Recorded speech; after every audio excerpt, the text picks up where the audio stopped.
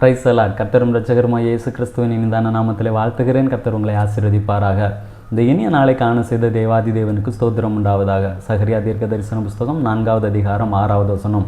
அப்பொழுது அவர் செருபாபேலுக்கு சொல்லப்படுகிற கர்த்தருடைய வார்த்தை என்னவென்றால், பலத்தினாலும் அல்ல, பராக்கிரமத்தினாலும் அல்ல, என்னுடைய ஆவியினாலே ஆகும் என்று சேனைகளின் கர்த்தர் சொல்லுகிறார். நம்முடைய பலத்தினாலும் நம்முடைய பராக்கிரமத்தினாலும் செய்து முடிக்க முடியாத ஒரு காரியத்தை நமக்குள்ளே இருக்கக்கூடிய ஆவியானவர் செய்து முடிப்பார்.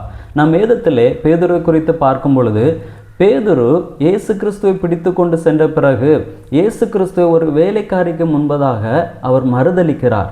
ஆனால் பெந்தெகோஸ்தே நாளன்று பரிசுத்தாவின் அபிஷேகத்தை பெற்றுக்கொண்ட பிறகு ஆயிரக்கணக்கான ஜனங்களுக்கு முன்பதாக இயேசு கிறிஸ்துவை பிரசங்கிக்கிறார்.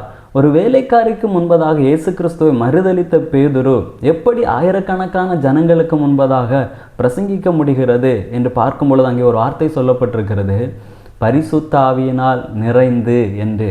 பரிசுத்த ஆவியின் அபிஷேகத்தை பெற்றுக்கொண்ட பேதுரு தைரியமாக எழுந்து நின்று இயேசு கிறிஸ்துவை குறித்து பிரசங்கிக்கிறார். அதே போல தான் நம்முடைய வாழ்க்கையிலே அநேக காரியங்களிலே, வேலைகளிலே, பிஸ்னஸில் நம்முடைய பலத்தினாலும் நம்முடைய பராக்கிரமத்தினாலும் செய்ய முடியாத ஒரு காரியத்தை நமக்குள்ளே இருக்கக்கூடிய ஆவியானவர் செய்து முடிப்பார்.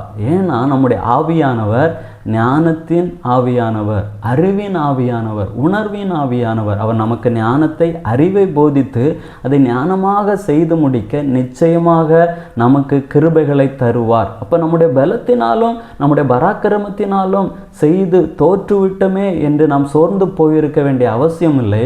நமக்குள்ளே இருக்கக்கூடிய ஆவியானவருடைய உதவியோடு நிச்சயமாக அந்த காரியத்திலே நம்மளால் ஜெயம் கொள்ள முடியும். ஜெபிக்கலாமா? நல்ல தகப்பனே, உம்மை நன்றியோடு உம்மை துதிக்கிறோம், உம்மை ஸ்தோத்தரிக்கிறோம் அப்பா.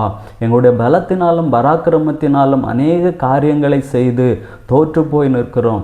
ஆனால் உம்முடைய ஆவியினாலே எல்லாம் ஆகும் என்று வேதம் சொல்லுகிறது.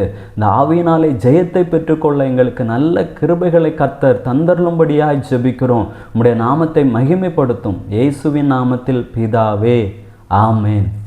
God bless you.